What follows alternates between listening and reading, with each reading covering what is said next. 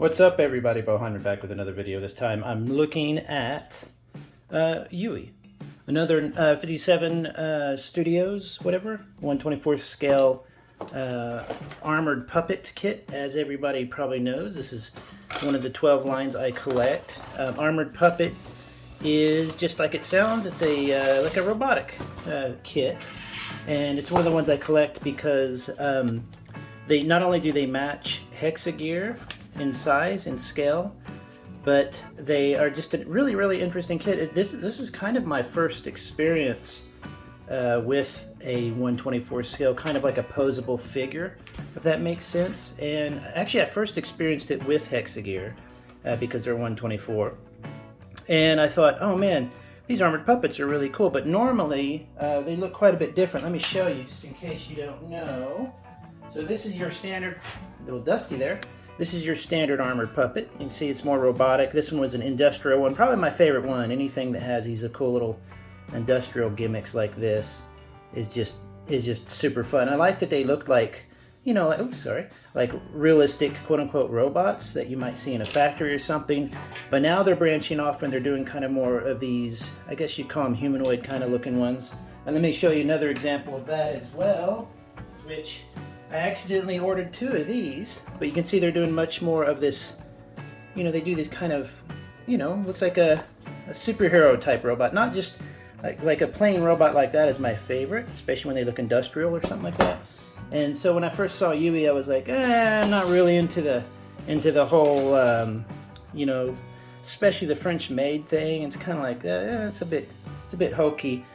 You know, it's like it's a robot. But at the same time, you know, if you had a robots that could walk around and do stuff, they would be probably helping you clean your house and stuff. Of course, now I'm having flashbacks to Star Trek, talking about if Data was a you know, a sentient being that did not deserve to be put into slavery. So every time I see kind of the worker robot stuff, I think, you know, it's cool, but this is getting a little bit too, I don't know, too humanoid for me.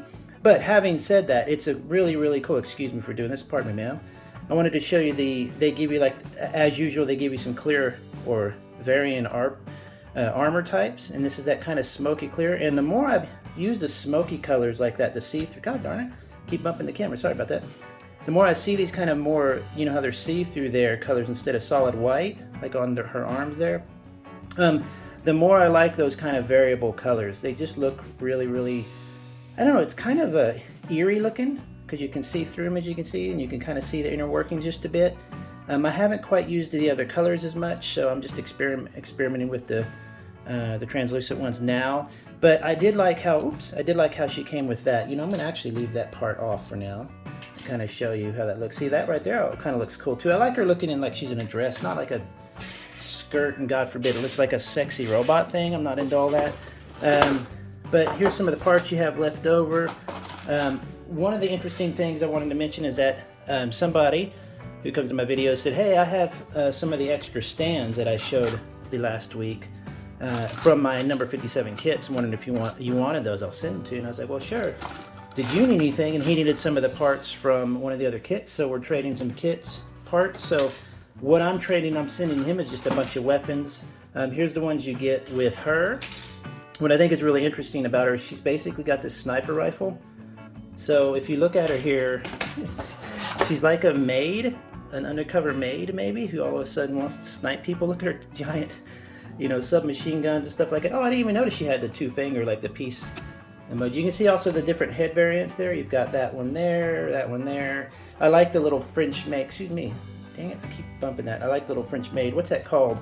That little hat they wear that kind of, it's very old school, so I'm kind of surprised to see it still a thing that people draw and make into toys and stuff.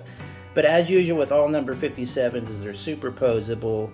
They're basically, I've described them before as, if you get those little drawing models, you know, that you can pose, and art, it helps artists, you know, like look at a pose.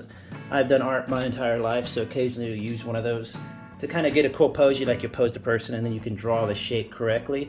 They kind of remind me of that because they are so incredibly posable. I'm going to come on this side actually for a little bit because it's killing my back. So she can do all sorts of, you know, anything you think they can do, they can do. My only issue is I don't think there's any real, I might be wrong, a way to hook up a stand. There's not like a standard stand, but what they do is they send you See if I have them in here. I don't think I have the parts in here. They send you several stands that you can build and put the guys and robots on like that, and that's what I'm getting through the mail. And these things I absolutely adore, just adore. And I'm going to do a video actually on just the stands after a while, because I want to show how flexible that system is and how much of a bang for your buck you do get with these kits, because not only can you combine them with other kits and mess with that colors and stuff like that, but you can also get these fantastic stands that you can use with other, really any scale almost, figures, because they don't have a certain scale look to them. But she's pretty cool. I put this little long hair on her. I thought that was kind of cool. There's some posability there. Even her face, if you look carefully there, her face is translucent as well. So it's pretty, oh, darn it. I'm still getting used to this setup, sorry. I'm still getting used to that. It can do a really close look here. There you go. Even her face has got that, it looks kind of gross, kind of eerie looking, you know? At the same time, I love how that translucent looks. It just has a neat quality to it that is also a little bit scary. You can see how it kind of has, you can see through it just a bit.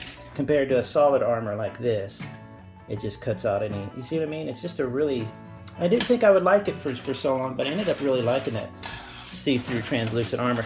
You get a bunch more, of course. You get all these other little parts. You can really make her out almost completely translucent. And then you get the solid colors. You even get some different colors for hair, for the heads. You can use those on different 57s as well. Let's see. Where's the P? There it is. Peace sign. Look at that. I didn't even know they put that in there. They give you all these hands like this. I mean, it's just fantastic. It's a really, really good deal. It's like a little box of joy, you know? So not bad at all. See all that? It shows you how to build the little parts. So again, fantastic. She's just like the rest of the armored puppets, and the way that she just has so much posability and potential to do whatever you want. Like, you can just really move them any way you want.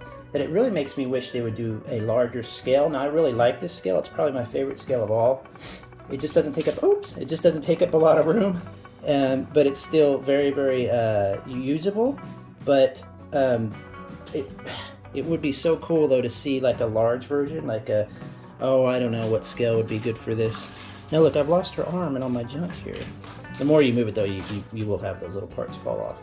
Let's see if I can assemble this looking through the camera. I don't think I can. There we go.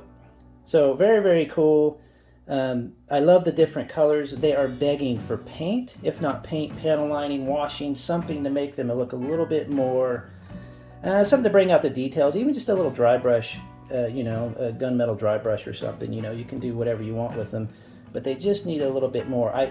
Honestly, I kind of like them how they look without the armor pieces on, though. I like how they have this kind of just pure robotic look, so I'm kind of digging that. I might do one or two just done in the robotic, no armor or anything like that. I've seen a few displays now where people actually strip all their armor off and have 2 or 3 of just the plain robots in there. And you know, that the whole idea is that they're basically a frame that you can slap on, obviously very humanoid looking thing. Like I said, at first I didn't like that she was humanoid, but now that I look at her, it would make sense if you had robots who could do, you know, actual manual labor. You'd have them in your house helping you out, and I don't know, like doing the dishes or something.